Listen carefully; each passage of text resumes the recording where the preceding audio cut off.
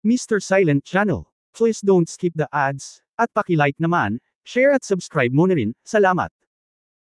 Napakaganda ng Kabanata 611, nag-practice ako buong gabi, paki-subscribe para sa pangalawang update. Dahil lumiliwanag na ang langit, hindi magtatagal ay majigising na ang mga disipulo ng Xinjiang sect, kaya't nagtagal ang dalawa, at tumayo si Jingzi at sinuot ang kanyang damit pagkatapos magsuot ng magandang damit, tinatak niya ang kanyang noo kay Qingqiu at lumapit sa pinto na handa nang umalis. Bago buksan ang pinto, hindi niya nakalimutang sabihin kay Qingqiu, "Third sister, hindi mo na kailangang pumunta sa martial arts arena ngayon, magpahinga ka na." Ngunit matigas na umiling si Qingqiu at muling isinuot ang naunang damit sa kanyang katawan, "Hindi, titingnan ko." Bagamat nararamdaman ko na ang kaharian ni Jingzi ay tiyak na mas mataas kaysa sa kaharian ni Lin Qingshan, hindi pa rin ako mapalagay nang hindi ko ito nakikita ng sarili kong mga mata. Nang makita ang kanyang determinadong saloobin, tumigil si Jingzi sa pagsisikap na hikayatin siya.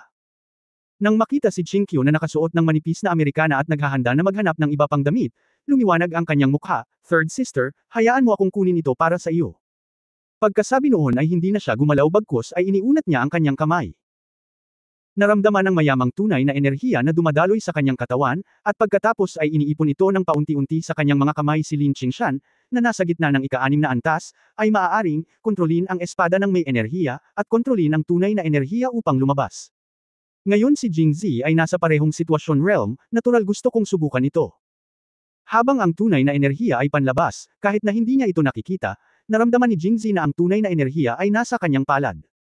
Itinulak niya ito, pagkatapos ay tahimik na nag-isip sa kanyang puso at itinaas ang kanyang kamay pataas siya.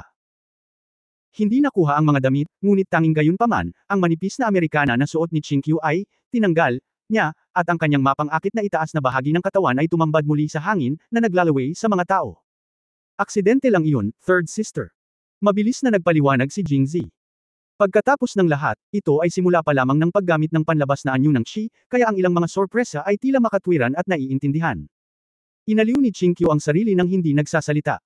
Pinandilatan lang niya si Jingzi, saka kinuha ang manipis na coat at isinuot. Kaya sinubukan ulit ni Jingzi. Hinubad muli ang manipis na damit ni Qingqiu. Matapos ulitin ito ng 3 o 4 na beses, tumigil na lang si Qingqiu sa pagkuha nito. Ang kanyang mukha ay namula at nagtatampo, kinurot niya ang kanyang baywang at sinabing, "Sa tingin ko sinasadya mo. Third sister, kailangan mong maniwala sa akin." Ang tore sa kanyang harapan ay nanginginig sa kanyang galit, at hindi napigilan ni Jingzi na malunok ang kanyang laway. "Hindi mo talaga sinasadya. Ba, hindi mo sinasadya." Ang ekspresyon ni Jingzi ay nahulog sa mga mata ni Qingqiu, at ang kanyang mga ngipin ay nangangati sa puot, at pagkatapos ay sinabi niya, "Halika rito." Nakatingin sa mga kamay ni Qingqiu na malapit ng gumalaw, "Jingzi, saan kaya si Zi maglakas loob na manatili? Third sister, kailangan kong makipagkumpetensya ngayon, para hindi na ako magtagal." Pagkasabi noon, binuksan niya ang pinto at isinara, at parang lumilipad. Sa pagtingin sa eksenang ito, si Qingqiu ay natigilan saglit, pagkatapos ay umiling, itinikom ang kanyang mga labi at tumawa. Pagkatapos ng lahat, si Qingqiu ay isang mahuhusay na martial arts practitioner, at ang kanyang katawan ay mas malakas kaysa sa mga ordinaryong tao. Sa makatuwid, kahit na ito ang una, pangalawa, o pangatlong beses, at sa bawat oras ay mas mahaba at mas matindi, kapag siya ay bumangon sa kama, maliban sa paglalakad na medyo kakaiba sa una, lahat ng iba ay normal. Lalo na't mas maaliwalas pa ang mukha nito kumpara sa dati, na gusto ng mga tao na muling tumingin sa kanya. Nang dumating ang Xinjiang sect sa competition ground, ang eksena ay nagkagulo.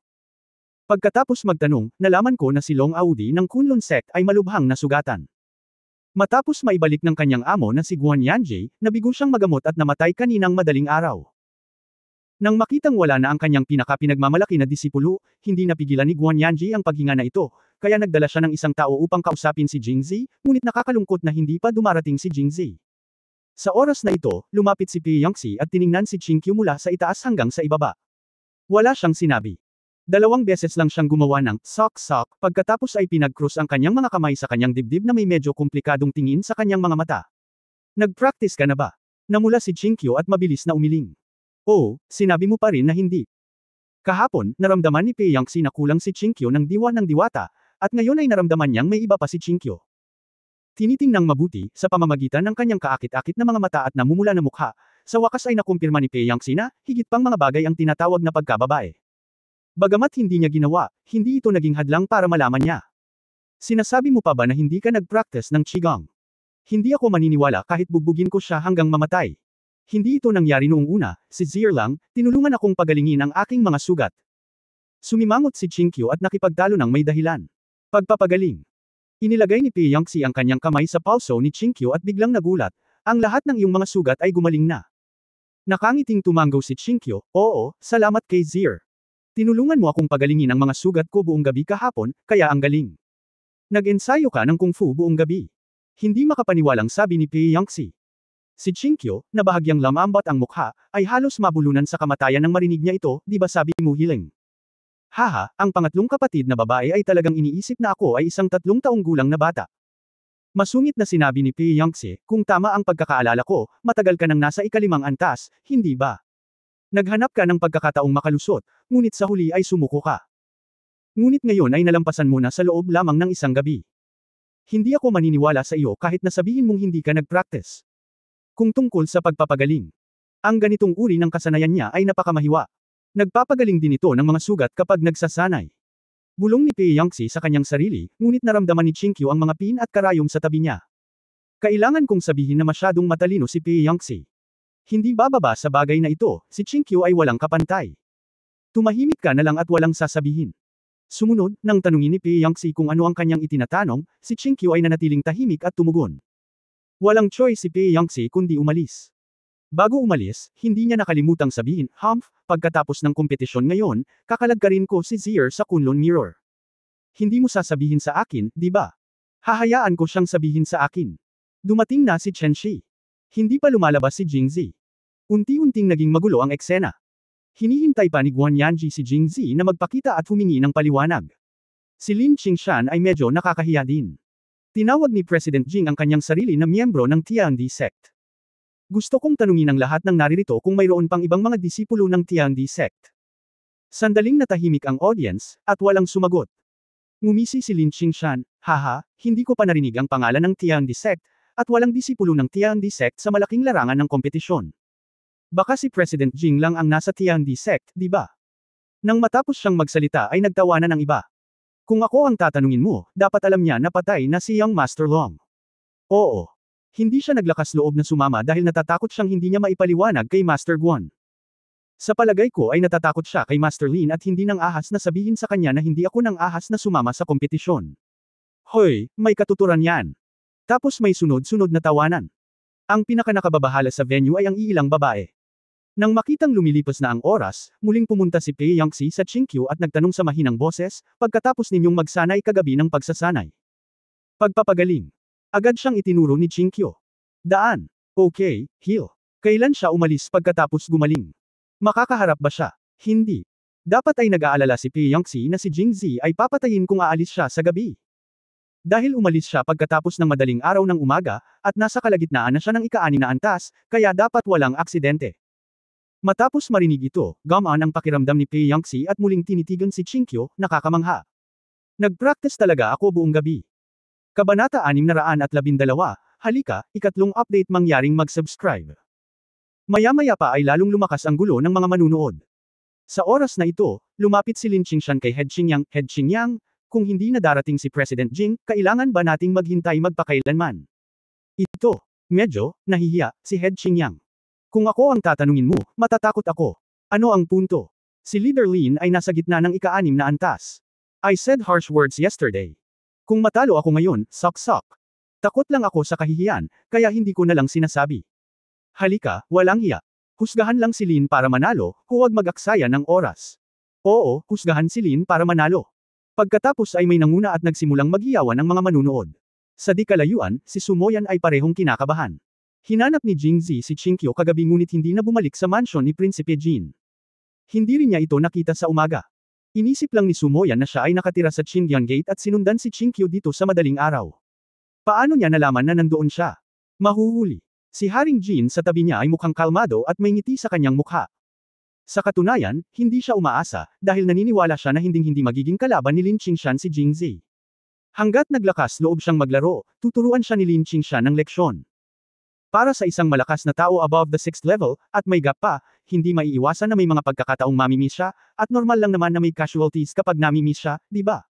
Pero ang alalahanin lang, kung talagang bugbugin siya hanggang mamatay, ano ang mangyayari sa antidote? Sa mga nagdaang panahon, madalas na nakatanggap si Haring Jin ng mga liham ng reklamo mula sa kanyang anak na si Su Jinping mula sa Jingzhou, na nagsasabi na ang paninirahan sa Jingzhou ay hindi komportable gaya ng nasa bilangguan. Kalimutan mo na ito, baka hindi na siya maglaro, hayaan siyang bumalik sa Jingzhou, maghintay hanggang makabalik si Su Jinping sa Jingxi ng ligtas, at hindi pa huli para harapin siya. Kaya, ang hari ng Jin ay komandat sa pinuno ng Qingyang, na naunawaan at lumabas at nagsabi, walang panuntunang walang mga panuntunan. Huli na dumating si Pangulong Jing at hindi ipinaliwanag sa atin ang dahilan. Maraming bayani sa mundo ang hindi maaaring narito. Mag-isa kaming naghihintay sa kanya, kaya napagpasyahan naming maghintay. Sa oras na ito, si Jingzi ay dumating ng huli at direktang lumipad sa entablado ng kompetisyon mula sa langit, na ikanawit ang kanyang kamay kay Lin Qingshan. Halika! Lumabas si Jingzi sa Qindian Gate at dumiretso sa bawal na lugar ng Changsheng Mountain. Dahil narating niya ang kalagitnaan ng ika-6 na antas, ang kanyang tunay na enerhiya ay maaaring ma-externalize, ngunit ito ay hindi pamilyar sa kanya. Ilang beses na niya itong sinubukan sa mga damit ni Qingqiu. Bagamat hindi ito masyadong matagumpay, may nahanap siyang pakiramdam. Kaya't nakahanap ako ng isang tahimik na lugar at mabilis na sinubukan ang kaharian ng gitnang 6 na antas, at unti-unting naisip ang ilang mga diskarte para sa panlabas na enerhiya. Nakita ko ang eksenang ito nang lumipad ako, at napakapanganib ko na muntik na akong ma-kick out sa klase dahil sa pagiging huli. President Jing, medyo late ka na. Si Head Qingyang ay natigilan saglit at sinabi. Nagkaroon ako ng ilang mga panaginip kagabi, medyo pagod ako. Pagkasabi niya nito ay napatingin siya sa audience. Nang bumagsak ang kanyang mga mata kay Qingqiu, namula si Qingqiu, tinitigan siya ng masama, at ibinaba ang kanyang ulo. Dumura si Pei Yangxi, na nasa tabi niya, nang makita niya ito. Ngumiti si Jingzi at pagkatapos ay sinabi, kaya ako nahuli ng gising. Bilasan mo at makipagkompetensya. Kung manalo ka, maaari akong bumalik at makatulog. Wow! Nagkaroon ng commotion sa audience. Ang may pinakapangit na ekspresyon ay si Lin Qingshan, na tumitig kay Jingzi ng masama, nakakahiya. Kung mayroon kang lakas ng loob, lumapit ka at gumawa ng ilang hakbang. Nagdadaldal ka na parang babae. Emph. Malakas na sumigaw si Lin Qingshan, tumayo mula sa lupa, at naabot ang yugto ng kompetisyon sa isang hakbang. Magsimula na tayo. Nagsalita muna si Jingzi bago makapagsalita ng kahit ano si Master Qingyang. Master Lin, patayin siya at ipaghiganti ang aking disipulo. Mula ngayon, ang Kunlun Sect ay susunod na lamang sa pamumuno ng Qingcheng Sect. Lumingon si Jingzi para tingnan, nalaman lamang na ang nagsasalita ay si Guan Yanji, ang pinuno ng Kunlun Sect. Paghihiganti. Pagkatapos ay nagtanong siya ng may pagkalito, ano ang nangyari kay Long Audi? Haha, may lakas ka pa bang magtanong? Masyado siyang malubhang nasugatan at namatay. Pinandilatan ni Guan Yanji si Jingzi dahil sa iyo. Nako, sayang naman. Sayang naman. Isang bakas ng kalungkutan ang lumitaw sa mukha ni Jingzi, at sinabi niya na may kaunting panghihinayang, nakakalungkot na hindi ko siya nakitang namatay ng sarili kong mga mata. Nataranta ang lahat, at nagalit si Guan Yanji. Kung wala ang mga pinuno ng mga pangunahing sekta, si Guan Yanji ay sumugod sa entablado upang labanan si Jingzi hanggang sa kamatayan. Ikaw. Teka lang, papatayin ka ni Master Lin mamaya. Tumahimik ka, naniniwala ka ba na kapag naging pinuno ako ng alyansa ng martial arts, direkta kong papatayin ang paksayon mo sa Kunlun? Ikaw, nangangarap ka. Pangarap. Ang iyong apprentice ay may parehong ideya tulad ng sa iyo kahapon. Siya ay nanlamig ngayon. Sa tingin mo ba ito ay isang panaginip? Napatigil si Guan Yanji at namula. Sa huli, maaari lang siyang tumingin kay Lin Qingshan para humingi ng tulong. Lin Leader, itinuturing niya ang kanyang sarili bilang pinuno ng alyansa ng martial arts at hindi ka siniseryoso. Dapat mong turuan siya ng leksyon. Yan ang ibig mong sabihin. Bahagyang tumango si Lin Qingshan. Patayin mo ako. Mukhang nandidiri si Jingzi, iyon din ang naisip ni Long Audi kahapon. Maaari mo siyang tanungin kung kailan mo siya hahanapin mamaya. Pagtatanong sa patay. Hindi ba't para lang isumpa ang sarili hanggang kamatayan? Bang! Tumalon si Lin Qingshan na parang kulog, binunot ang kanyang espada, at kinokontrol ang espada gamit ang chi, tulad ng ginawa niya kahapon nang makipagkompetensya siya kay Qingqiu. Ginamit ko ang paglipat na ito kahapon at ito ay gumana ng maayos. Sa opinyon ni Lin Qingshan, kahit na ang lakas ni Jingzi ay mas malakas kaysa sa Qingqiu, siya ay nasa ika-6 na antas lamang sa simula, kaya't mayroon pa ring malaking agwat sa pagitan niya at niya. Kaya kung patuloy mong gagamitin ang trick na ito ay para lamang sa pagpapakita ng iyong mga kakayahan. Sa totoo lang, si Jingzi, bukod sa pagiging malungkot kapag ginagawa ang trabahong iyon, ay napakabilis pa rin sa ibang aspeto. Sa makatuwid, ang bilis ng espada ni Lin Qingshan ay napakabilis, ngunit mas mabilis pa si Jingzi. Nang lumipad ang espada patungo kay Jingzi, isang maikling distansya lamang ang layo sa kanya, at nang akala ng lahat ay hindi na siya makakatakas pa rin, nawala si Jingzi, nag-iwan lamang ng after image kung saan siya nakatayo. Wow! Napasigaw ang lahat. Maraming tao ang nagmulat ng kanilang mga mata at nagmamasid ng mabuti. Gusto ng ilan na makita kung paano napatay si Jingzi ng espada ni Lin Qingshan, habang ang iba ay gustong makita kung paano nakatakas si Jingzi tulad ng ginawa niya sa unang labanan. Gayunpaman, hindi sapat ang kanilang kaharian. Hindi man lang sila kumurap, wala pa rin silang nakikitang malinaw sa huli. Medyo nagalit din si Lin Qingshan.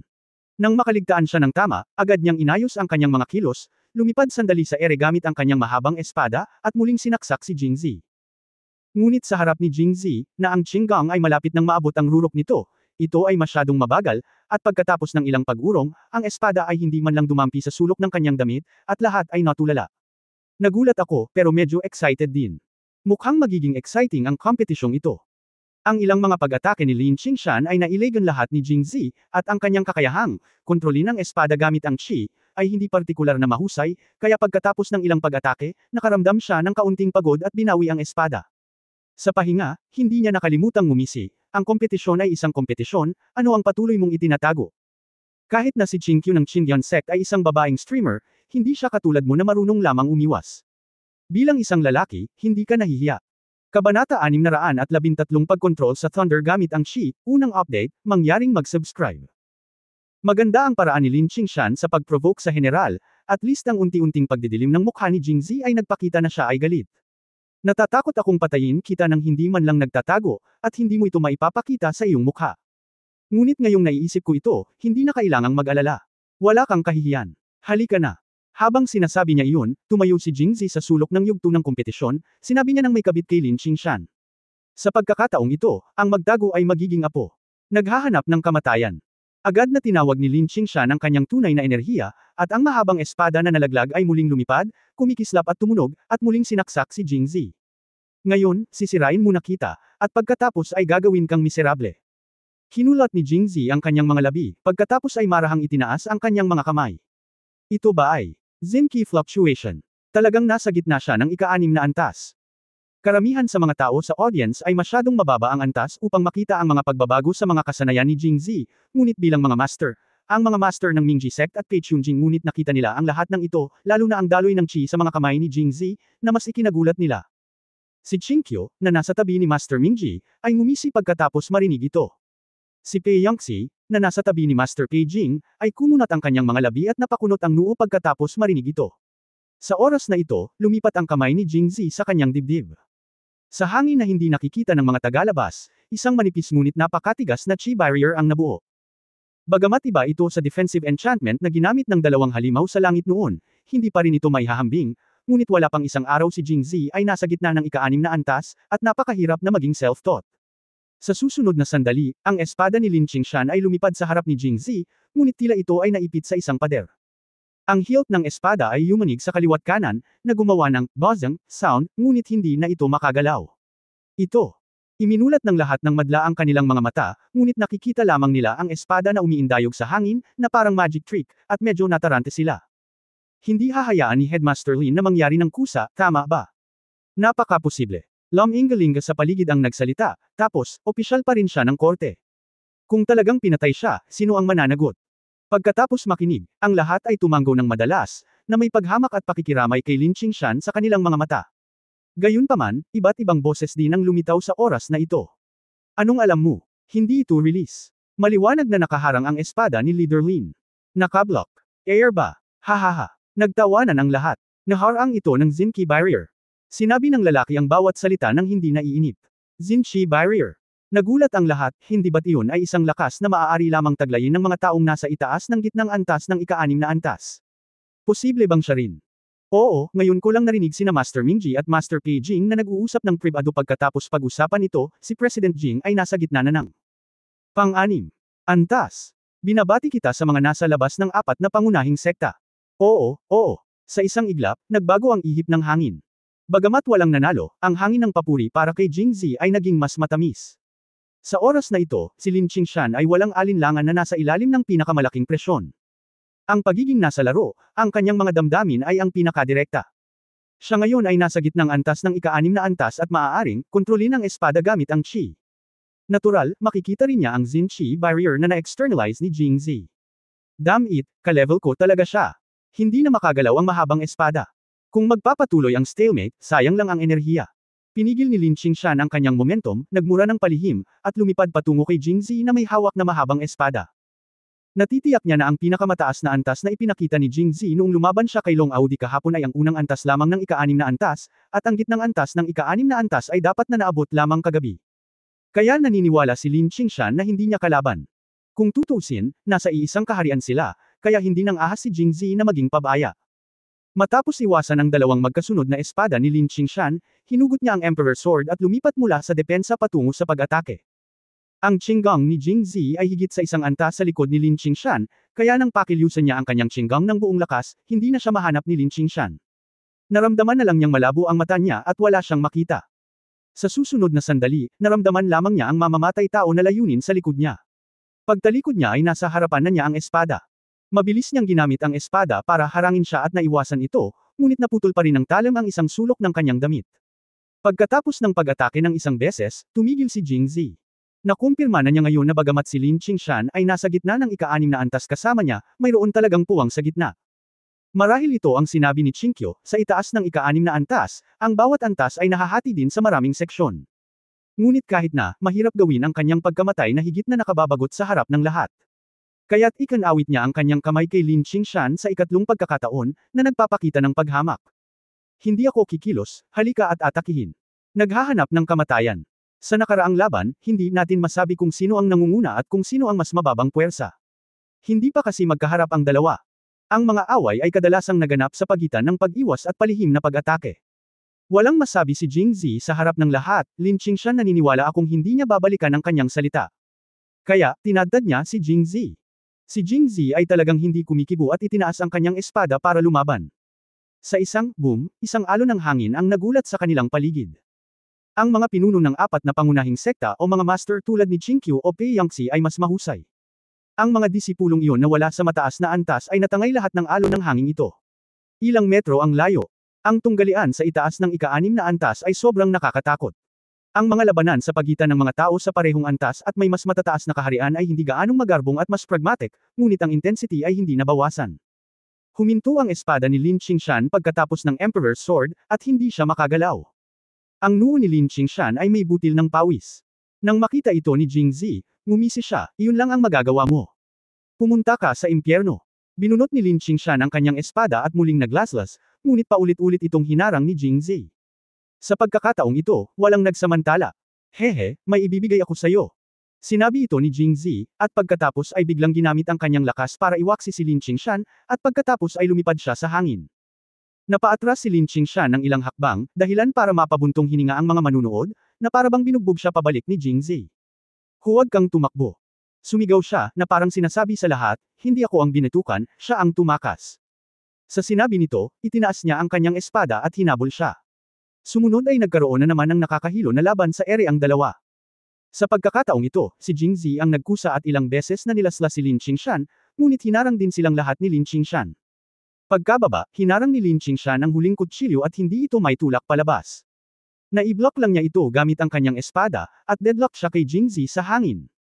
Lin, sinaktan mo ang babae ko, at kailangan kong iligtas ang buhay ko. Ang unfair. Susumpa na sana si Lin Qingshan, ngunit biglang naramdaman na may mali. Sa totoo lang, magagawa niya talaga ang dalawang bagay ng sabay-sabay. Sa panahon ng pagkapatas sa pagitan ng dalawa sa himpapawid, biglang nakakita si Jingzi ng isang palayok na hindi kasing laki ng palad at isang patpat na apoy sa kanyang harapan. Kusa pa ring gumagalaw ang fire stick.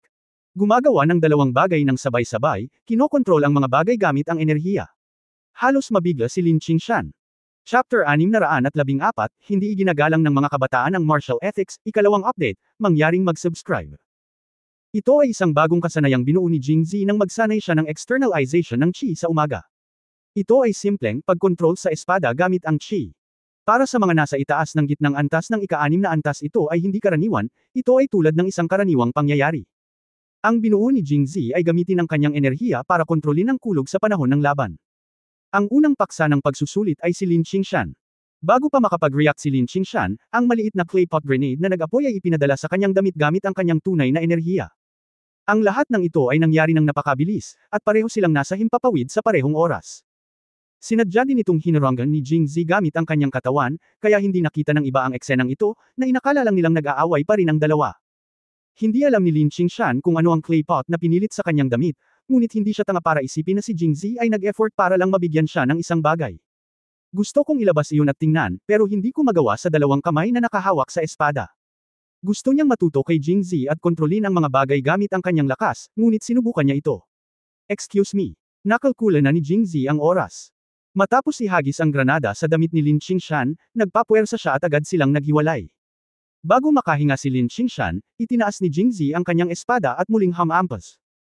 Tinipon ng espadang ito ang lahat ng tunay na enerhiya ni Jingzi, at bagamat sila ni Lin Qingshan ay parehong nasa gitnang antas ng ika-6 na antas, mas mataas sila ng isang hakbang kaysa kay Lin Qingshan, kaya't ang kanilang aura ay mas nakakatakot. Naramdaman din ni Lin Qingshan ang malakas na hangarin na pumatay.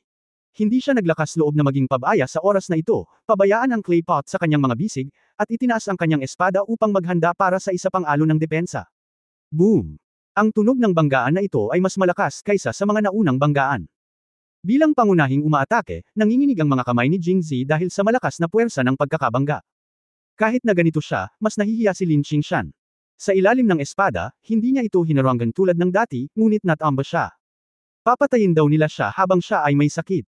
Nang akala ng lahat ay sasamantalahin ni Jingzi ang pagkakataong ito para ituloy ang tagumpay, sa hindi inaasahang pagkakataon, tumigil si Jingzi sa ere at tumigil sa pagsulong. Boom! Bago pa sila makapag-react ay may malakas na namang ingay sa langit na mas marahas pa sa dalawang naunang banggaan. Pagkatapos, nakakita sila ng batis ng itim na usok na lumalabas sa katawan ni Lin Qingshan, at pagkatapos ay mabilis siyang bumagsak mula sa hangin. Haha, kahit bakal ang katawan mo, kung humawak ka ng granada at sumabog, sapat pa rin para uminom ka ng kaldero. Ngumisi si Jingzi sa kanyang puso, pagkatapos ay itinaas ang kanyang espada at mabilis na winalis ito patungo sa lupa. Ito na ang panahon para talagang samantalahin ang kanyang karamdaman at patayin siya. Ako, sumuko na. Nagulat ang lahat, bago pa matambas si Jingzi, napahiga si Lin Qingshan sa lupa at sumigaw. Sa oras na ito, ang mukha ni Lin Qingshan ay mapatla, at may mga pulang mantsa ng dugo sa mga sulok ng kanyang bibig. Ang pinaka-nakakatakot ay wala na ang kanyang dibdib at damit. Ang natira ay sunog at carbonized, at ang kanyang nakalantad na balat ay puno ng mga sugat. Dapat sabihin na ang mga tao sa gitna ng ika-6 na antas ay napakalakas. Kahit na ang kapangyarihan ng granada na ito ay mas maliit kaysa sa normal na bersyon, ito ay nakamamatay pa rin kapag ito ay sumabog sa iyong mga bisig. Ngunit sa kabila nito, dahil sa manipis na zinki na nagpoprotekta sa kanyang katawan, hindi pa rin niya ito mapatay. Alam na alam ni Lin Qingshan ang kanyang pinsala, at tiyak na hindi niya ito kayang labanan. Ang pangunahing prioridad ngayon ay bumalik upang pagalingin ang pinsala, at ang palayok na luad na ibinato ni Jingzi sa kanyang mga bisig ba, halatang napakalakas na nakatagong sandata iyon. Gusto niyang patayin si Jingzi sa lugar, alam niyang ganoon din ang ideya ni Jingzi, kaya agad siyang sumuko. Kung ikukumpara sa buhay, ano ang ibig sabihin ng mukha? Sumuko na. Duwag. Lihim na nagmura si Jingzi, ngunit nagkunwaring hindi niya ito narinig at nagpatuloy sa paglipad pababa. Ilang hakbang pa lang ang layo niya para saksakin siya ng espada sa dibdib. Ha! Nag-backfire ito. Nang malapit na niyang makuha ang gusto niya ay tinamaan siya ng espada. Lumabas sa manipis na hangin at binunot ang kanyang espada. Napabuntong hininga si Jingzi. Isang hit ang napalampas, wala nang pagkakataon. President Jing, dahil inamin ni Master Lin ang pagkatalo, bakit ka pa pumapatay ng mga tao? Ito ay medyo hindi tungkol sa martial ethics. Ba, anong klaseng martial ethics ang pinag-uusapan ng mga kabataan? Ang taong hamarang kay Jingzi ay natural na si Qingyang Zhang. Sarado ang pinto, nasa iisang team ang dalawa, kaya akmang harangin siya. Gayunpaman, hindi napatay si Lin Qingshan. Medyo naiinis si Jingzi at napaluwa sa hindi kasiyahan. Ano ang sinabi ni Pangulong Jing? Nako, wala lang. Parang si Master Qingyang lang ako ngayon. Namanhid bigla ang tenga ko. Hindi ko narinig na umamin si Master Lin ng pagkatalo. At hindi ko akalain na aaminin ni Master Lin ang pagkatalo. Paano nagagawa ng isang normal na tao ang ganoong bagay? Sumuko ka na lang kung hindi mo tinatanggap ang buhay at kamatayan. Sinabi ni Jingzi na may panunuya, ang katawan ni Lin Qingshan ay malubhang nasugatan, ngunit nasaktan siya sa mga salitang ito. At nagdusa ng matinding psikolohikal na pinsala. Mali ang mga salita ni Pangulong Jing. Tungkol naman sa kompetisyon sa martial arts, sapat na upang huminto sa huling minuto. Ngayong nanalo na si President Jing, sapat na para patayin siyang muli. Haha, tumawa ng masama si Jingzi. Bakit, hindi pumayag si President Jing? Hehe, anong ibig sabihin hehe? Hehe. Muli siyang hindi pinansin ni Jingzi, ngunit naglakad patungo kay Lin Qingshan, lumuhad at nag-aalalang nagtanong, Master Lin, kaya mo pa ba? Kung hindi, sabihin mo lang sa akin, at batay sa ating pagkakaibigan, tutulungan kita, pumili ng magandang sementeryo. Wow! Ang pangungusap na ito ay nagdulot ng kaguluhan sa madla. Ito ang unang pagkakataon na nakakita sila ng isang baliw na tao tulad ni Jingzi. Ang pinakamahalagang bagay ay mayroon pa siyang puhunan para mabaliw. Isang 20 taong gulang na master ng ika-6 na antas, tila para sa kanya, ang pagiging master ay hindi isang bagay na hindi maabot. Path. Si Lin Qingshan ay malubhang nasugatan at kinutya ni Jingzi sa ganitong paraan. Hindi napigilan ni Lin Qingshan ang pagluwa ng isang subo ng dugo. Buti na lang at mabilis na nagtago si Jingzi kung hindi ay nasusuka siya. Headmaster Lin, hindi ka masyadong partikular. Ang pinuno ng Qingcheng sect ay nagsusuka kung saan-saan. Nakakadiri. Hindi makapagsalita si Lin Qingshan maliban sa pagtitig. Kumaway si Head Qingyang at sinabing, mabilis na lumapit ang mga tao mula sa pangkat ng Xia Qingcheng at binuhat si Lin Qingshan palayo. Sa pagtingin sa kanilang papaalis na mga figure, pinaikit ni Jingzi ang kanyang mga mata. Sa tingin mo ba tapos na ito? Ngayong gabi na ang katapusan. Sa oras na ito, inihayag ng pinuno ng Qingyang, ang unang laban ngayon, ang nagwagi ay ang tamang tagapagtanggol ng Tiandi sect, si Pangulong Jingzi. Wala akong iniisip noon, pero binasa ko ng buo ang pagkakakilanlan ni Jingzi. Pagkatapos, mararamdaman pa rin ng lahat na medyo hindi naaayon. The Right Protector of the Heaven and Earth sect, na may opisyal na katayuan. Ang ilang mga tao ay nagsimulang magtaka kung si Jingzi ay isang especially iya na sadyang ginamit ng korte ng imperial upang makalusot sa kanilang mga lupon. Gayunpaman, walang nang ahas na magsabi ng kahit ano kahit na gusto nila sa oras na ito. Kaya, nang matapos magsalita ang pinuno ng Qingyang, lahat ay nagsaya at tumalon. Napakagaling ni President Jing. Sinabi kong mananalo si Jingzi, at nanalo siya. Oo, matagal na akong optimistiko tungkol sa mga kakayahan ni Pangulong Jing. Pinakagalitan lang ng grupo ng mga tao si Jingzi. Ang lahat ng mga tao, sa oras na ito, ay hindi nag-atubiling ipahayag ang kanilang mga papuri at ginampanan ng papel ng wallflower ng lubos. Ipinagmamalaki ni Jingzi ang kanyang dibdib at iwinagayway ang kanyang mga kamay, labis na ipinagmamalaki. Chapter 615, Masyadong mahina ang kalaban, third update please subscribe. Kung natalo ni Jingzi ang kalaban sa pamamagitan ng 3 galaw at malubhang nasugatan si Long Audi at naging sanhi ng kanyang kamatayan, nagulat lamang ito sa lahat, kung gayon si Jingzi ay nagtataglay na ngayon ng ika-6 na antas ng mid-level, at laban sa martial arts ang eksena kung saan si Lin Qingshan, ang pinuno ng alyansa, ay nakatitig sa kanya at nagsusuka ng dugo, direktang nakakaramdam ng takot sa lahat. Sa partikular, si Guan Yanji, ang Panginoon ni Long Audi at pinuno ng Kunlun sect, ay nagsalita ng marahas kay Jingzi, umaasang mapupuksa siya sa pamamagitan ng tulong ni Lin Qingshan. Sa hindi inaasahang pagkakataon, sa isang iglap, nabaligtad ang mga bagay at si Jingzi ang naging panalo. Isang partido. Bukod dito, napakalaki pa rin. Bago ang kompetisyon na ito, ibig sabihin, pagkatapos na mapinsala ni Lin Qingshan si Qingqiu kahapon, ang mga taong martial arts ay nagkasundo. Iyon ay, ang pinuno ng alyansa ng martial arts sa pagkakataong ito ay walang iba kundi si Lin Qingshan. Si Pei Yongxi ay napakalakas, ngunit siya ay nasa unang antas lamang ng ika-6 na antas. Hindi siya maaaring maging kalaban ni Lin Qingshan. Para kay Jingzi, hindi nila siya pinansin sa simula. Ngunit sinong mag-aakala na ang taong ito na hindi nila pinansin ay magiging karapat-dapat na bida sa ngayon? Nahihirapan at nag-aalala pa rin si Guan Yanji, totoo ba ang lahat ng sinabi niya noon? Kung talagang magiging pinuno siya ng alyansa ng martial arts, kikilos ba siya laban sa paksayo ng Kunlun? Kung wala ng mga alagad, maaari mo silang bawiin. Kung wala na ang sekta. Halos umiyak na si Guan Yanji. Kaya't nang bumaba si Jingzi, gustong ibaon ni Guan Yanji ang kanyang ulo sa kanyang tiyan, hindi mo ako nakikita, hindi mo ako nakikita. Oh, hindi ba ito si Master Guan? Paano siya binitawan ni Jingzi? Pagkasabi nito, hindi na siya tumingin sa kanya, ngunit lumingalinga sa paligid at sinabing, ang Kunlun County ay isang magandang lugar. Kailangan kong mamasyal kapag may oras ako. Kung ang mga bayani sa Kunlun County ay gustong pumasok sa sekta, pumasok na lang sa Kunlun Mirror, ngunit siguraduhin huwag pumasok sa ilang pekeng lugar. Kung hindi, kung magsasara ito balang araw, walang lugar na may iyak kung gusto mo. Lahat ay hindi tanga, ito ang banta ni Chi Guoga. Ang mga disipulong iyon ng Kunlun sect ay nahaharap sa walang katapusang dagat ng pagdurusa. Kahit na medyo natatakot siya sa kanyang puso, sa harap ng maraming mga disipulo at tagalabas, nakagat lamang ng bala si Guan Yanji at sinabing, haha, dapat mo munang makuha ang pinuno ng Wulan bago ka magsalita ng malaki. Kahit na talagang makuha mo ang pinuno ng Wulan, ituring mo lang ito bilang kami ba, ang Kunlun sect, ay natatakot sa iyo.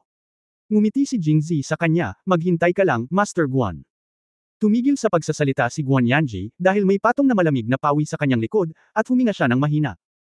Itinaas lamang ang kanyang manggas at inakay ang mga tao palayo, ngunit ang mga disipulo na sumunod sa kanya ay isinasaalang-alang na ang mga kalamangan at kahinaan ng susunod na nangyari. Sa labanang ito, naramdaman ni Jingzi ang pagmamalaki. Ngunit hindi siya masyadong masaya sa kanyang puso. Sinaktan ni Lin Qingshan ang kanyang ikatlong kapatid na babae at tiyak na mamamatay. Sa kasamaang palad, hindi siya maaaring patayin ngayon at maaari lamang maghintay hanggang gabi. Nakaisip si Jingzi ng magandang ideya at muling nakaramdam ng saya. President Jing, binabati kita. Ang layunin ng pagpunta sa Jingxi sa pagkakataong ito ay upang manalo sa iba pang malalaking sekta, ngunit hindi ito gumana sa ibabaw, kaya pinili ni Jingzi na humanap ng ibang paraan at personal na lumahok sa kompetisyon ng martial arts. Nalaman din ni Sumoyan na ang pinakamalaking kalaban ni Jingzi ay si Lin Qingshan. Para naman kay Pei Yangxi at iba pa lahat sila ay kapatid niya, kaya hindi na kailangang isaalang-alang sila. Kaya natalo ni Jingzi si Lin Qingshan, at ang pinuno ng martial arts ay nahuli na niya, kaya si Sumoyan lang ang taos-pusong bumati sa kanya. Ngumiti si Jingzi, salamat, kamahalan. Hindi naman sa malakas ako, higit sa lahat ay masyadong mahina ang kalaban ko, nakakainip. Kung narinig ito ni Lin Qingshan, malamang naasar siya hanggang sa huling hininga. Dahil ang pangalawang kompetisyon sa pagitan ng Qiu Chenchen at Pei Yangxi ay gaganapin sa hapon, ang lahat ay naghiwa-hiwalay na at umalis sa field, at ang labas ng lugar ay walang laman. Sabay ding lumabas sina Jingzi at Sumoyan. President Jing, hindi ko inaasahan na napakalihim mo. Sa oras na ito, lumapit si Haring Jin at nakangiting sinabi. Okay lang. Sa katunayan, lagi kong sinasabi na pupunta ako para sa pinuno ng alyansa ng martial arts, ngunit ang susi ay walang naniniwala dito. Ibinuka ni Jingzi ang kanyang mga kamay at ipinahayag ang kanyang kawalan ng kakayahan. Medyo natahimik din si King Jin. Madalas sabihin niya ni Jingzi dati, pero sayang naman at hindi nila siya sineseryoso sa simula pa lang at minamaliit ang kalaban. President Jing, lubos akong umaasa sa pagkapanalo mo sa Martial Arts Alliance Leader. Well, naiinggit ako sa pangitain ni King Jin. Nakangiting sabi ni Jingzi. Nabulunan si Haring Jin sa hindi makatwirang sagot ni Jingzi, at tumawa siya ng awkward at sinabing, gayunpaman, ang pinuno ng martial arts na ito ay hindi isang tao, ngunit isang sekta.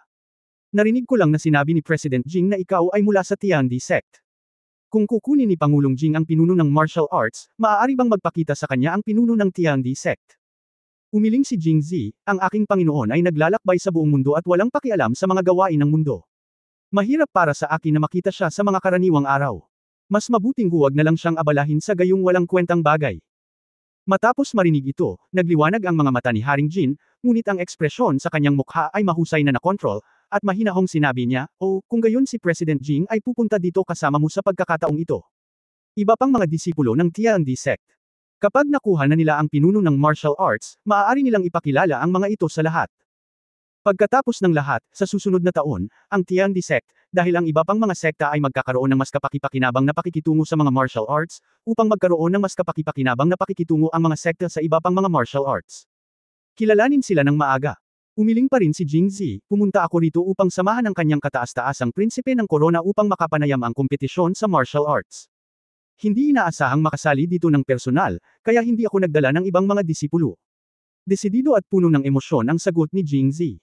Ang mapagpanggap niyang tono basta-basta lang akong nasangkot, at sino ang nakakaalam na magiging martial arts leader ako. Ito ay lubos na naaayon sa pang-araw-araw na buhay ng hari. Si Su Xiaoxiao sa gilid ay kinulat ang kanyang mga labi pagkatapos marinig ito, ngunit ang kanyang mga mata ay kumikinang ng maliwanag. Ngunit hindi iyon inisip ni King Jin. Sa paghusga sa paraan ng pagsagot ni Jingzi sa mga tanong at sa mga katanungang ipinadala niya nitong mga nakaraang araw, maaari niyang maisip na ang Tiandi sect na ito ay maaaring si Jingzi mismo ang gumawa, o kakaunti lang ang miyembro. Kaya't ngumiti siya at sinabi kay Jingzi, hindi madali para sa Tiandi sect na magkaroon ng napakahusay na disipulo gaya ni Pangulong Jing. Sana ay manalo si Pangulong Jing bilang pinuno ng martial arts at isulong ang Tiandi sect. Haha, hiramin natin yan. Good luck kay King Jin. Ngumisi si Jingzi, ngunit iniisip niya sa kanyang puso na ganap niyang sinira ang plano ni Haring Jin sa pamamagitan ng pagtalo kay Lin Qingshan. Bakit wala siyang nakitang bakas ng galit sa mukha niya? Masyadong mataas ang pag-arte. Umiling si Jingzi at tumigil sa pag-iisip tungkol dito. Pagkatapos ay sinundan niya si Sumoyan at sumakay sa karwahe. President Jing, kung manalo pa tayo ng isang round bukas, mapapanalo na natin ang martial arts leader. Sa gayon, pwede na ba tayong bumalik sa Jingzhou? Sa totoo lang, ginugol ni Sumoyan ang karamihan ng kanyang oras sa paglalakbay na ito. Kung mananatili ka sa mansion ni Prince Jin o pupunta ka sa martial arts arena bilang isang madla, hindi mataas ang antas ng pakikilahok at ang pakiramdam ng karanasan ay maaaring baliwalain. Ngunit sa kabutihang palad, ang mga resulta ay kahanga-hanga pa rin, at lahat ng kredito ay idaragdag sa kanya. Kaya nagpaplano na siyang maghintay hanggang manalo si Jingzi at pagkatapos ay bumalik sa Jingzhou upang tanggapin ang papuri ng sibil at militar ng dinastiyang Manchu. Kabanata 616 na Kabanata 620 buong gabi, ika-4 na update mangyaring mag-subscribe. Umiling si Jingzi at ngumiti, kamahalan, kung makukuha ko ang pinuno ng ulan bukas, kinabukasan, o pinakahuli sa susunod na araw, ang kamahalan ay maaaring umalis sa Jingzi at bumalik sa Beijing. Estado. Ha! Naramdaman ni Sumoyan na may mali at nagmamadaling nagtanong, hindi babalik si President Jing sa Jingzhou kasama si Gu. Hindi sinabi ni Jingzi na pupunta siya sa Liangzhou para hanapin si Liu Jinghong. Malalim na sinabi ni Zuo, ang pagkuha ng pinuno ng martial arts ay ang unang hakbang lamang. Ang pinakamahalagang bagay ay ang mapagtagumpayan ang iba pang malalaking sekta sa pamamagitan ng pinuno ng martial arts. Kaya't mahaba pa ang lalakbayin. Malamang na manatili ako sandali sa labas upang mag-lobby. Lahat ng mga pangunahing sekta. Tumango si Sumoyan, President Jing, salamat sa iyong pagsusumikap. Nang dumating ang karwahe sa mansyon ni Prince Jin, napansin ni Jingzi na may nakaparada na karwahe sa labas ng pinto, at mukhang pamilyar siya. Pagkapasok sa pinto, nakita kong nandoon din si Qiu Chen. Sa oras na ito, nakatayo siya sa bakuran kasama si Su Xiaoxiao, hindi alam kung ano ang kanyang sinasabi. Matapos makitang pumasok si Jingzi, ang kanyang mga matingkad na mata ay tila nakapagsasalita, nakatutok kay Jingzi at hindi makalayo. Sinulyapan ni Sumoyan si Jingzi, sinabihan siya ng ilang salita, at pagkatapos ay bumalik.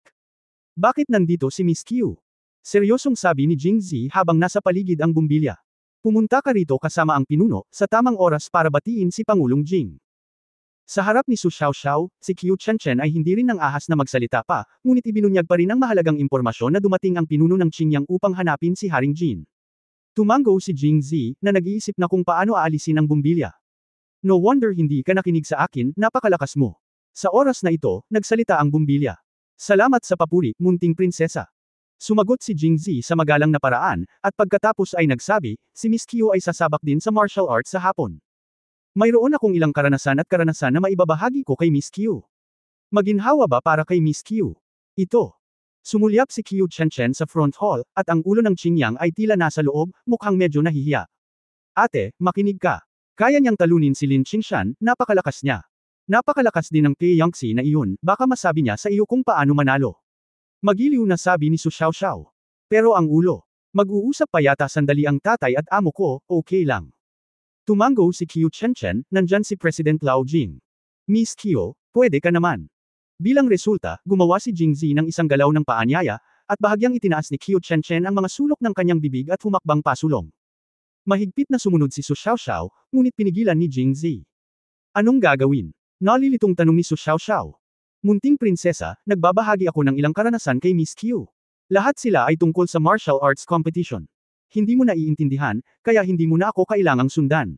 Ako, Xiaoxiao, bakit hindi ka maghintay sa labas sandali? Paglabas mo, pwede mo akong tulungan at sabihin na babalik ako ng maaga sa Tungtian Palace para maghanda.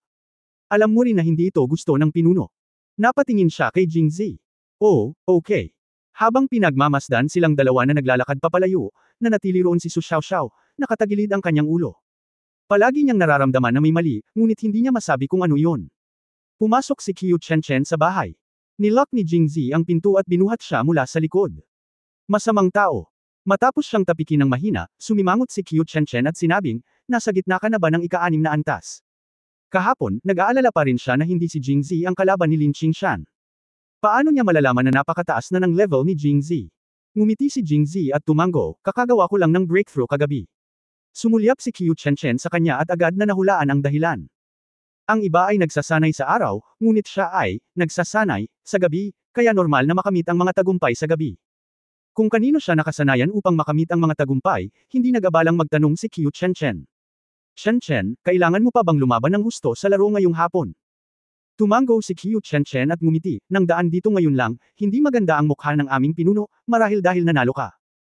Ang orihinal niyang plano ay ang maging Lin Qingshan ang natalo ka, at pagkatapos ay hayaan mo akong makipagkompetensya sa iyong pang-apat na kapatid na babae, upang madaling manalo si Lin Qingshan.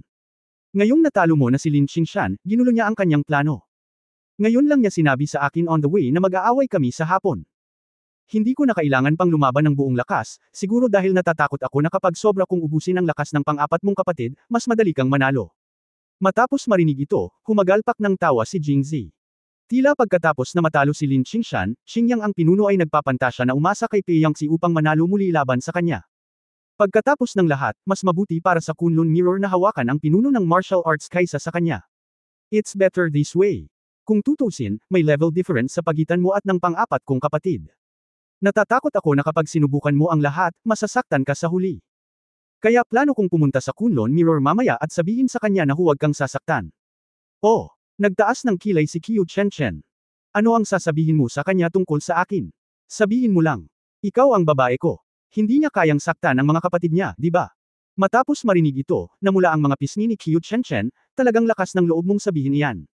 Kung ganoon, ano ang kinakatakutan mo? Nakangiting sabi ni Jingzi. Kahit na hindi niya alam kung totoo o hindi, masaya pa rin si Qiu Chen sa kanyang puso. Pagkatapos ng lahat, nagpakilala siya sa harap ng kanyang pamilya at kinilala ang kanyang pagkakakilanlan. Isang mahinang, lang ang sinabi niya, pero bakas sa mukha niya ang hindi mapigil ang saya. Ito ay hindi dahil sa sadyang pinasaya siya ni Jingzi, ngunit iyon ang aktwal niyang plano. Kung tutusin, malapit na silang maghiwalay. Ang pagsasabi sa pagkakaroon ng ilang babae sa isa't isa ay maiiwasan ang maraming hindi kinakailangang pangyayari kung sila ay magkikita sa hinaharap. Hindi pagkakaintindihan. Ang Lin Qingshan na iyon. Nawala mo siya sa harap ng lahat. Kung tutusin, hindi makakabuti sa iyo ang pagpapanatili sa kanya.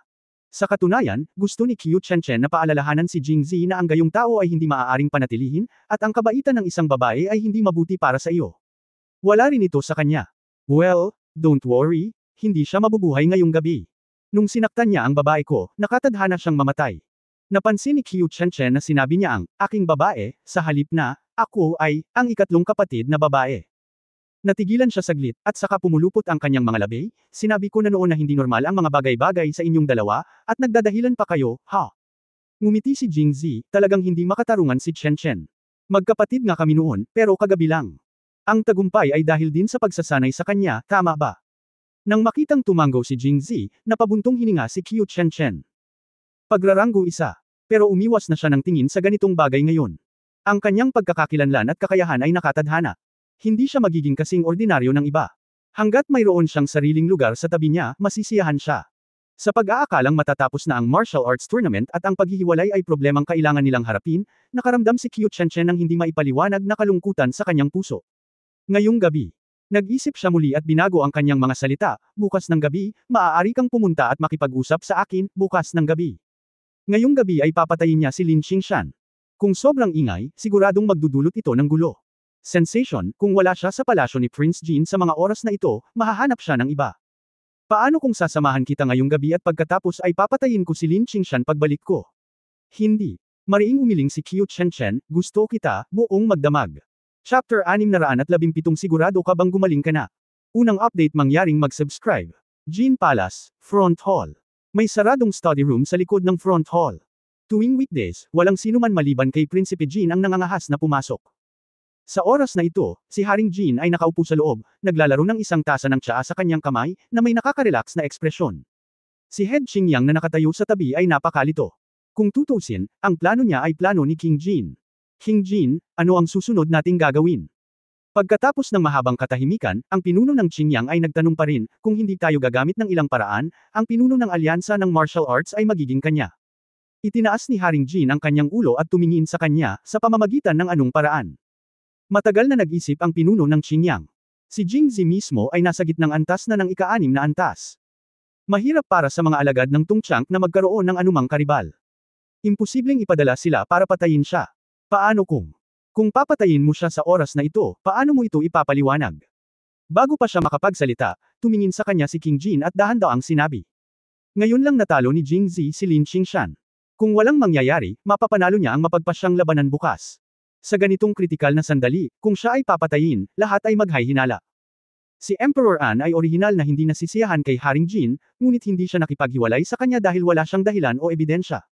Kaya't pinatay niya si Jingzi sa oras na ito, habang nasa paligid pa si Sumoyan.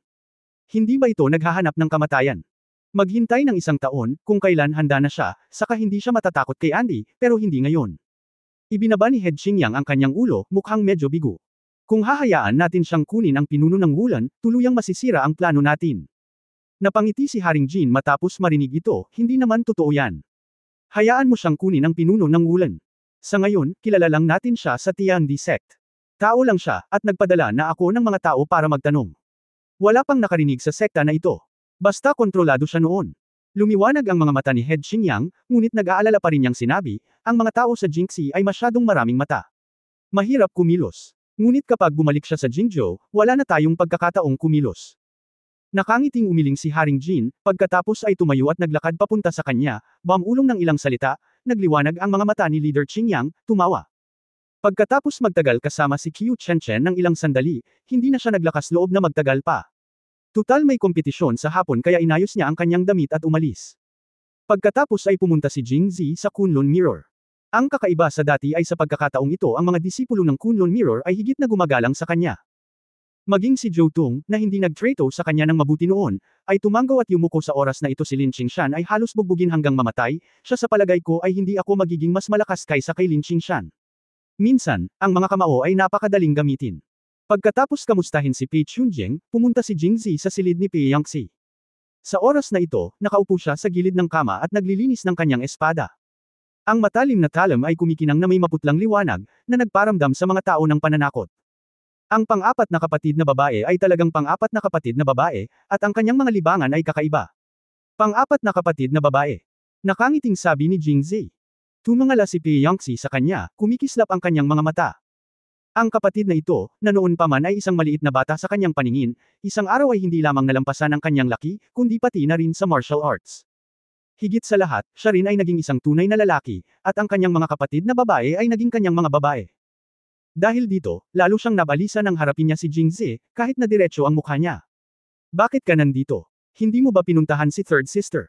Bagamat ang hitsura ni Pei Yangxi ay gaya ng dati, palaging nararamdaman ni Jing Zi na tila may ilang selos sa pangungusap na ito. Kaya't nakangiti niyang sinabi, gusto itong makita ng pangatlong kapatid na babae, at gusto rin itong makita ng pang-apat na kapatid. Sila ang aking pinakamamahal at pinakamamahal na mabubuting kapatid, paano tayo magiging pabor sa isa't isa? Pagkatapos sabihin iyon, gusto niyang maging malapit sa isa't isa, at umupo sa tabi ni Pei Yangxi, gayunpaman, nang makita ang espada na napakalapit sa akin, nakaramdam ako ng kaunting kaba, at sinasadya kong inilipat ito sa gilid. Nang makita ito ni Pei Yangxi, tulala siyang tumawa, pinunasan pa ito ng 2 beses, pagkatapos ay itinago ang espada na parang walang nangyari at itabi ito. Gamaan ang pakiramdam ni Jing Zi at lumipat sa gilid ni Pei Yangxi at umupo sa tabi nito, ngunit medyo kinakabahan pa rin siya, sa takot na bigla itong magmukmak at matamaan siya. Walang ibang reaksyon si Pei Yangxi maliban sa medyo tensyonado ang kanyang katawan, kaya gamaan ang pakiramdam ni Jing Zi. Pagkaraan ng ilang sandali, sinabi niya, ika-4 na kapatid na babae, pinagaling ko na ang sugat ng ikatlong kapatid na babae, kaya hindi ka dapat mag-alala.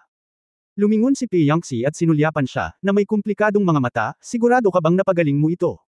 Oo. Ako ito. Sabi ni Jing Zi, tinatapik ang kanyang dibdib. I mean, sigurado ka bang gumaling na ito? Sabi ni Pei Yangxi, sadyang idiniin ang salitang, cured. Matapos marinig ito, agad na naunawaan ni Jing Zi ang ibig niyang sabihin.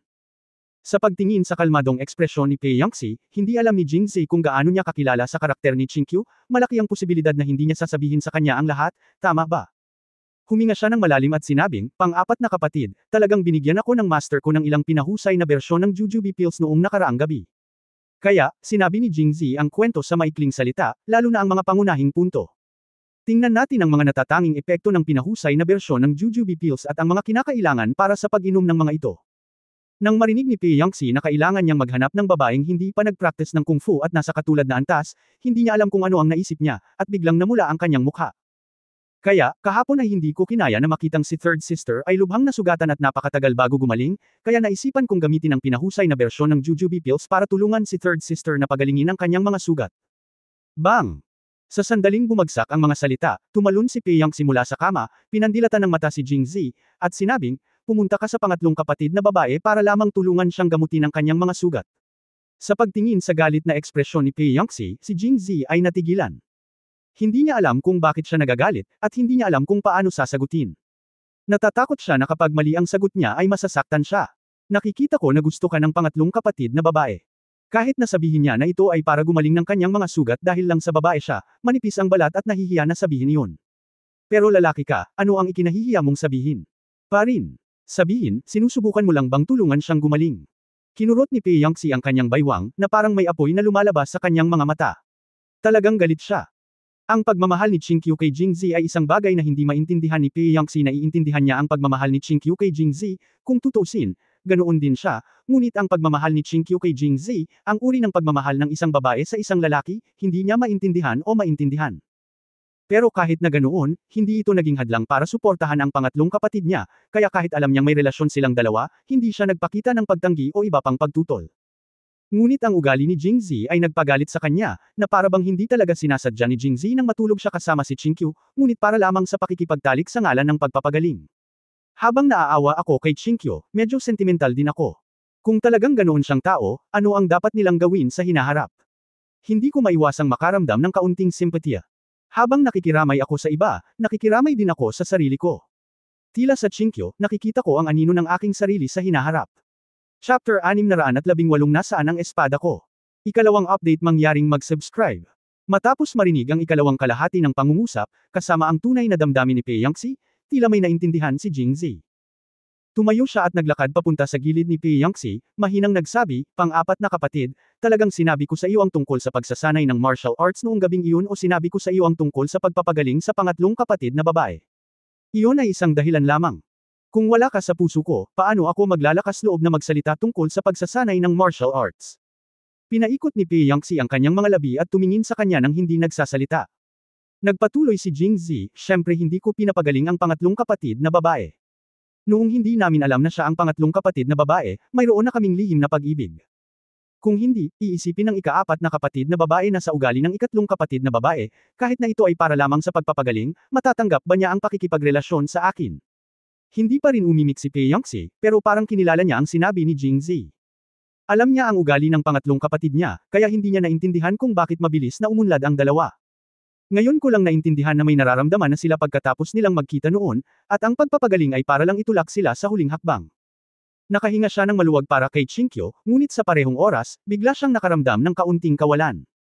Kung gayon, hindi ito ang naisip ng ikaapat na kapatid na babae. Maiintindihan na ba tayo ng ikaapat na kapatid na babae ngayon? Oh! Magiliw na sumang-ayon si Pei Yangtze, walang emosyon o galit ang kanyang ekspresyon. Kaya't itinulak ni Jingzi si Pei Yangtze at nagpatuloy sa pag-upo sa kama.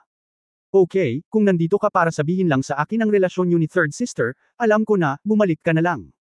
Pagkaupo ni Pei Yangtze, medyo naging mahina ang kanyang kalooban, at naging malamig ang tono ng kanyang boses.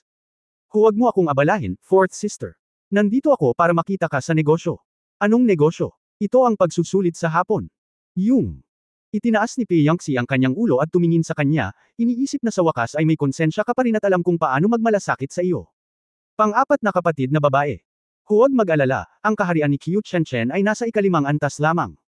Hindi siya kalaban para sa akin at hindi maglalagay ng anumang banta sa akin. Well, alam ko ito. Pinisil ni Jingzi ang kanyang mga kamay at biglang ipinakita ang kanyang karaniwang gawi. Hindi mapigilan ni Pei Yangtze na mataranta nang makita ang kanyang pagkamahiyain. Alam mo, kung alam mo ang sinasabi mo, bakit mo ako pinupuntahan? Sabi ni Pei Yangtze na medyo hindi nasisiyahan, iniisip sa sarili, hindi ba laging matamis ang bibig ng lalaking ito kapag nakikipag-usap sa ikatlong kapatid na si Chinkyu? Bakit siya naging maalat pagdating sa kanya? Mamamatay ka ba kung magsasabi ka ng ilang mga mapagmalasakit na salita? Gaano katanga? Well, gusto kong sabihin sa fourth sister. Saglit na nag-alinlangan si Jingzi, at sa wakas ay nagkaroon ng lakas ng loob na sabihin, sa totoo lang, gusto kong huwag masyadong malupit si fourth sister sa panahon ng martial arts competition sa hapon, itigil mo lang ito at manalo. Matagal na tinitigan ni Pei Yangtze si Jingzi, at biglang pumasok sa isip niya ang ilang mga hinala, ngunit pakiramdam niya ay parang imposible, bagamat makapal ang balat niya, hindi siya dapat maging matapang, tama. Bakit? Ano ang relasyon mo sa Qiu Chen na iyon? Pang-apat na kapatid na babae, si Qiu Chen ay ang iyong nakababatang kapatid na lalaki at babae. Magkapatid. Paulit-ulit nang umunguya si Pei Yangtze, nagbago ang kanyang ekspresyon. Siya ay aking babae.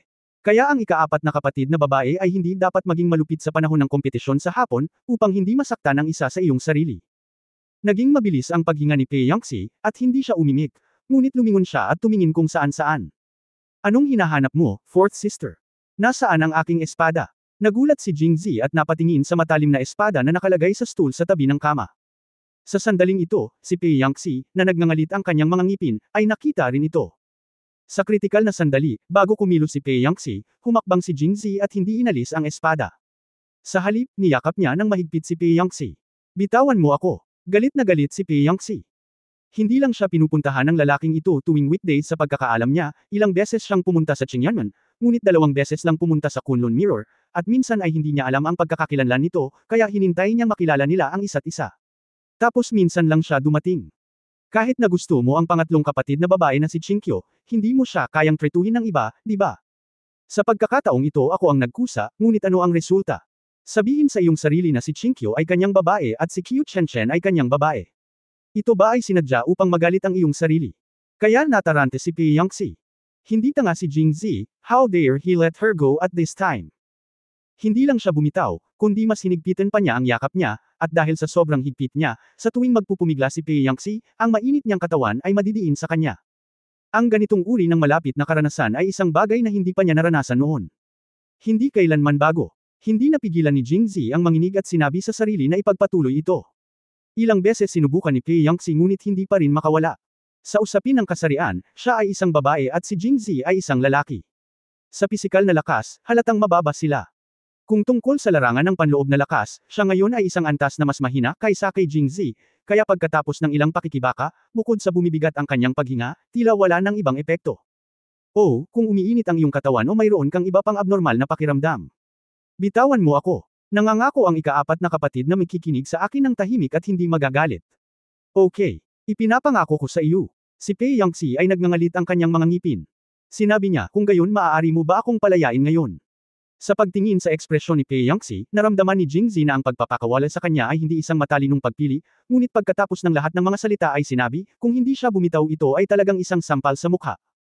Pagkaraan ng ilang sandali, nagpa siya akong maging isang tao sa kanyang salita. Binayaan ko. Dapat tuparin ng pang-apat na kapatid ang kanyang salita.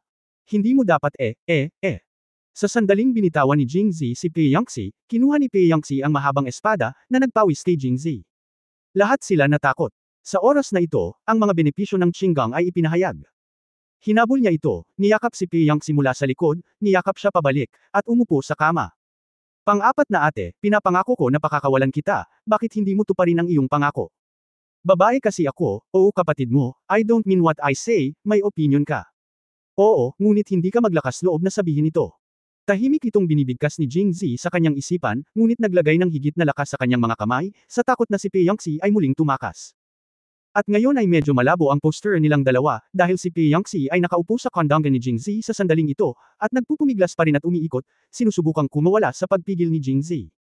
Pang-apat na kapatid, maghintay ka. Chapter 619 na The Jealous Fourth Sister, First Update, please subscribe. Hindi ako gagalaw kung hindi mo ako papayagan. Tapos hinihiling ko na bitawan mo, bakit ayaw mong bitawan? Nagpout si Pi Yangxi sa isang pambihirang paraan, na nagpapakita ng napakababaeng side. Siyempre, maliban kay Jingzi na maswerteng nakakita ng eksenang ito, ang iba ay hindi gaanong pinalad. Kaya hindi lang huminto si Pi Yangxi, bagkus ay gumalaw pa ng mas marahas. Tumawag si Jingzi, anong lalaki? Kung lilipat ka, lilipat din ako. Pagkatapos ay hinigpitan muli ni Jingzi ang kanyang mga braso, at si Pi Yangxi ay tumili sa sakit, at ang kanyang mga galaw ay talagang mas maliit. Nakahinga ng maluwag si Jingzi, sa takot na may mapansin si Pi Yangxi na kakaiba sa kanya at mabilis niyang ibahin ang usapan. Pagkatapos ay inilagay niya ito sa tabi ng tainga ni Pi Yangxi at Bang-ulong, pang-apat na kapatid na babae. Matapos gumalaw ng ilang sandali si Pi Yangxi, sa wakas ay may naramdaman siyang kakaiba sa ilalim ng kanyang katawan, ngunit bago niya ito maramdamang mabuti, isang basa at basang alon ng hamihip sa kanyang tainga. Ang mainit na hininga ay nagpagulo bigla sa puso ko. Nang makitang huminahon na si Pi Yangxi, naisip ni Jingzi na gumana ang trick na ito, kaya nagpatuloy siya, pang-apat na kapatid, sa totoo lang sinadya ko lang iyon. Saglit na natigilan si Pi Yangxi, pagkatapos ay muling nagpumiglas. At ito ay mas marahas kaysa dati. Sinasadya ng lalaking ito. Matapos mahanap ang napakaraming babae, pumunta pa rin sila dito para ipakita ang kanilang kapangyarihan sa akin. Pang-apat ate, hindi ko sinasadya, bakit kita nagalit? Nasaan ang aking espada? Nagalit na naman si Pi Yangxi. Kung hindi kita magagalit, paano kita hahawakan? Paano ko sasabihin sa iyo ang mga nagmamalasakit na salitang ito? Matapos marinig ito, lamambot ang mga galaw ni Pi Yangxi gaya ng inaasahan, at iniisip pa rin niya ang sasabihin ni Jingzi. Ano ang ibig sabihin? Pang-apat na kapatid, alam mo ba kung ano ang pinakamalaking impresyon ko sa iyo? Pinaikot ni Pi Yangxi ang kanyang mga labi, hindi ka ba natatakot sa akin? Sa pagsasalita tungkol dito, biglang nakaramdam ng pagkadismaya si Pi Yangxi. Noong bata pa siya, ang taong pinakamabuting nakarelasyon ni Jingzi ay si Liu Jinghong, ang ikalimang anak. Magkapareho ang edad ng dalawa at magkakasuwato ang personalidad. Ang kanilang childhood sweetheart status ay kinaiinggitan ng lahat ng mga kapatid na babae, ngunit hindi nila ito maaaring tularan. Maliban kay Liu Jinghong, karamihan sa iba pang mga kapatid na babae ay banayad at nagpakita ng pangangalaga at pagmamahal kapag kaharap si Jingzi. Siya lang ang natatangi at madalas pumutol kay Jingzi. Sa katunayan, noong bata pa siya, gusto niyang maging iba sa ibang mga kapatid na babae. Sa parehong paraan, ginawa nitong mas malalim ang impresyon sa kanya ni Jingzi, kahit na sa pamamaraang ito. Ngunit hindi maganda ang resulta. Kahit na makalipas ang maraming taon, nang makita siya ni Jingzi, ang una niyang emosyon ay takot pa rin, na naging dahilan ng labis na pagkadismaya ni Pieyangxi. Kung ikukumpara sa iba, ang kanilang relasyon ay nahiwalay na, at kasama ng masamang impresyon na ito, madalas na bumantong hininga si Pieyangxi dahil dito. Pang-apat na ate, hindi ka natatakot. Ngunit umiling si Jingzi. Natatandaan ko pa na sa tuwing binubugbog ako ng pang-apat na kapatid noong mga oras na iyon, nagtatago siya at nagtatampo. Sasampalin din niya ang sarili niyang mga kamay at palihim na iiyak sa sulok. Alam kong pinakamamahal din ako ng pang-apat na kapatid, ngunit siya ang pinakamamahal sa akin. Iba lang ang pamamaraan ko sa ibang mga kapatid. Si Zier ang nag-iingat sa mga bagay na ito at hinding-hindi makakalimutan. Habang nagsasalita siya, bahagyang niluwagan ni Jingzi ang kanyang mga braso at hinayaang unti-unting maging pabilog ang flat restraints. Mahinang bulong ni Pieyangxi sa kanyang balikat. Alam mo, lahat. Totoo nga ang sinabi ni Jingzi. Pagkatapos niyang talunin si Jingzi, kailangan niyang magtago at umiyak sandali. Sa hindi inaasahan, naalala niya talaga ito. Oo, alam ko kung gaano kabait sa akin ang pang-apat na kapatid na babae. Nang makita na si Pieyangxi ay wala ng malay na lumaban, at tila hindi na nag-iisip tungkol sa pagguhit ng espada, ginamit ni Jingzi ang kanyang mga kamay upang iikot siya sa pamamagitan ng paghawak sa kanyang mga binti. Tumalikod siya at umupo sa kandanggan niya. Habang nakatingin sa mga mata nito, nagpatuloy siya, pang-apat na kapatid na babae.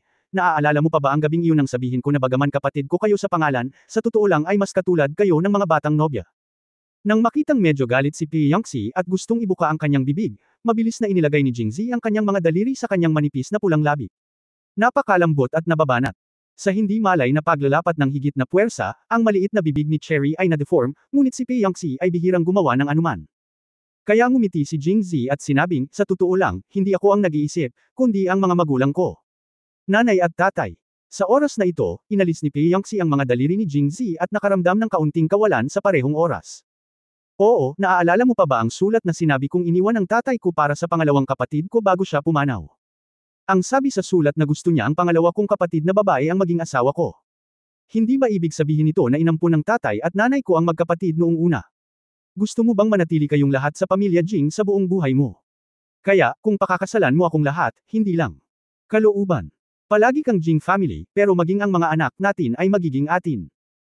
Pagkatapos sabihin ang, anak, si Pieyangxi ay namula, ngunit nakakunot pa rin ang kanyang mga labi at sinabing, iyon ay isang liham na isinulat ng mag-isang ama sa pangalawang kapatid na babae. Kahit na ito ay talagang isang batang nobya, siya ay pangalawang kapatid na babae lamang, at hindi kami. Natuwa si Jingzi dahil sa sinabi ni Pieyangxi. Hindi ibig sabihin ni Li na ayaw niya, pero hindi isinulat ni Jing Wenmao ang tungkol sa kanila. Matapos mahuli ni Jingzi ang ganitong uri ng pag-iisip, naramdaman niyang sigurado siya, at nakangiting sinabi, ang dahilan kung bakit hindi nagsusulat si tatay tungkol sa iyo ay dahil hindi niya alam kung nasaan ka. Kaya ipinaliwanag ni Jingzi, tulad ng aking mga kapatid na babae ay hindi kailanman nakapunta sa Pangzhou, ang aking mga magulang ay nasa Pangzhou. Bukod sa pangalawang kapatid na babae, hindi nila alam ang kinaroroonan ng mga kapatid na babae. Kaya't hiniling ko sa akin na puntahan ang pangalawang kapatid na babae bago ako mamatay. Ang sulat ay para lamang sa pangalawang kapatid na babae. Ang ika-apat na kapatid na babae ay maaaring mag-isip tungkol dito, dahil ang aking mga magulang ay nangako sa akin, hindi ba? Natahimik si Pieyangxi, na tila ang dahilan. Tapos naisip ko ulit. Hay, para sa ganitong bagay, ang pangalawang kapatid na babae, ang pangatlong kapatid na babae at ang ikalimang kapatid na babae ay kasal na sa kanya, kaya ano ang kinalaman nito sa pakikipag-usap tungkol sa mga batang ikakasal sa kanya? Tutol man siya, hindi ba mga babae niya? At hindi na kailangan pang magpaliwanag sa kanya, dahil naniniwala siya na kung nandyan talaga ang relasyon, wala siyang pakialam sa ganitong klase ng pagkaalipin sa magkapatid. Pagkatapos ng lahat, walang relasyon sa dugo. Ang problema ngayon ay pagkatapos niyang makilala ay halos hindi na niya ito hanapin. Hindi siya nakikipag-usap sa kanya, hindi nakikipag-usap sa kanya, nag-iba ang pakikitungo sa kanya, at hindi siya pinapansin. Ang pinakamahalaga ay ang patuloy niyang pagtanggap ng mga babae sa labas ng hindi sinasabi sa kanya, at ngayon ay nagpapakita siya sa kanyang harapan. Ano ang ibig sabihin nito? Muntik na siyang malagpasan. Nagdilim ang mukha ni Pieyangxi, tumayo siya at hinawakan ang kanyang baywang gamit ang kanyang mga kamay. May kinalaman ba ito sa pagtakbo mo sa harapan ko para ipakita ang dami mong babae? Kung gusto mo akong kausapin tungkol sa sarili mo, di ba ilang beses ka na lang pumunta? Kung hindi ka dumating minsan, tapos sinasadya mong sabihin yan pagdating mo, sinong maniniwala? Nang makitang galit si Pieyangxi, hindi natakot si Jingzi, ngunit nakakatawa ito. Kung tutusin, mas may buhay ang mga taong galit.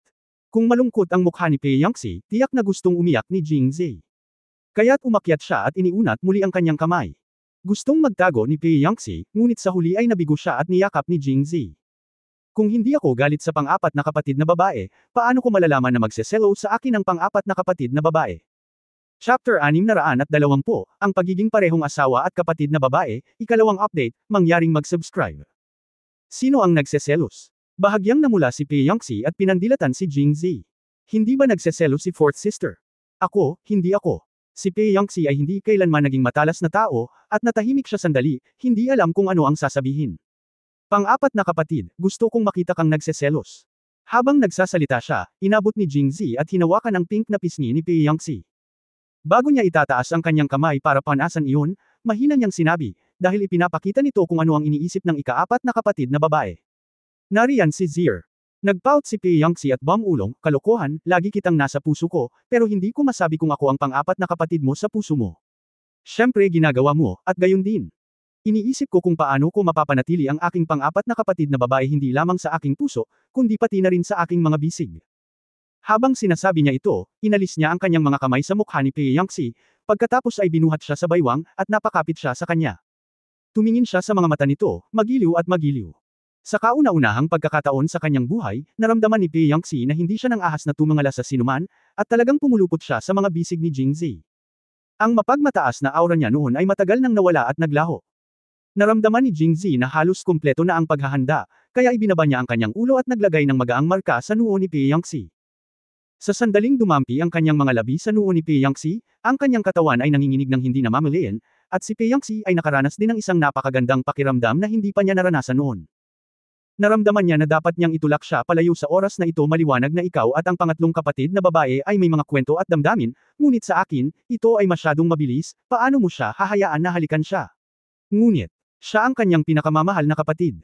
Ito ay bihirang magkaroon ng isang mainit at matalik na sandali sa iyong sarili. Paano kung itulak mo siya palayo sa oras na ito at takutin siya, at hindi na siya mangangahas na maging intimate muli sa iyo sa hinaharap? Sa oras na ito, si Pei Yangxi ay dumaranas ng hindi pa nagagawang mahirap na sitwasyon sa kanyang buhay. Nakagawa na siya ng paglipat sa pagitan ng langit at ng tao sa kanyang puso, at sa wakas ay pinag-isa ang kanyang konsepto, manatiling tahimik. Tuwang-tuwa si Jingzi nang makita niya ang reaksyon ni Pei Yangxi, at naramdaman niya na dapat siyang gumawa ng isang hakbang pa. Simula noon, umakyat ang kamay ko nang walang malay. Sa oras na ito, biglang nagulat si Pei Yangxi. Kung ang halik kanina ay batay sa pagmamahal at natapos sa kagandahang loob, ang lahat ay nasa saklaw ko pa rin. Kung hahayaan ko ba siya ngayon, makakadikit pa ba ako sa puso ko? Mawawala ba ang lahat? Ang pinakamahalagang bagay ay hindi siya si Chinkyo, at wala siyang masyadong pamilyar at oras ng pakikipag-ugnayan kay Jingzi bilang isang may sapat na gulang. Kung biglang may lumagpas sa linya, hindi niya ito matatanggap sa psikolohikal na paraan. Kaya't nang hindi man lang nag-isip tungkol dito, tinampol niya ang sinusubukang kamay ni Jingzi, pagkatapos ay tumayo, lumakad papunta sa mesa, sumandal sa gilid ng mesa at tumingin sa kanya, ngunit mahinahong sinabi, maupo ka ng tapat. Hoy, mali ang pagkakalagay mo ng kamay mo. Hoy! Ngumiti si Jingzi at sinabing, pang-apat na kapatid, tingnan mo ang pangalawang kapatid na babae. Sister, third sister, naging asawa ko na silang lahat, at titira na sila sa akin mula ngayon. Kukunin din ng mga bata ang apelyido ng Jing family natin, at ikaw din. Itinaas ni Pei Yangxi ang kanyang ulo at pinandilatan siya, sila, at ako ay ako. Handa silang maging asawa mo, ngunit mas gusto kong maging iyong pang-apat na kapatid na babae. Marahil ay nabawi na niya ang kanyang childhood personality, ngunit si Pei Yangxi ay laging gustong maging iba sa ibang mga kapatid na babae, kung ikaw ay isang asawa, ako ay magiging iyong kapatid. Hindi masyadong nagulat si Jingzi sa kanyang saloobin. Kung tutusin, ilang araw pa lang silang magkakilala, at ilang oras na ba silang nag-usap sa kabuuan.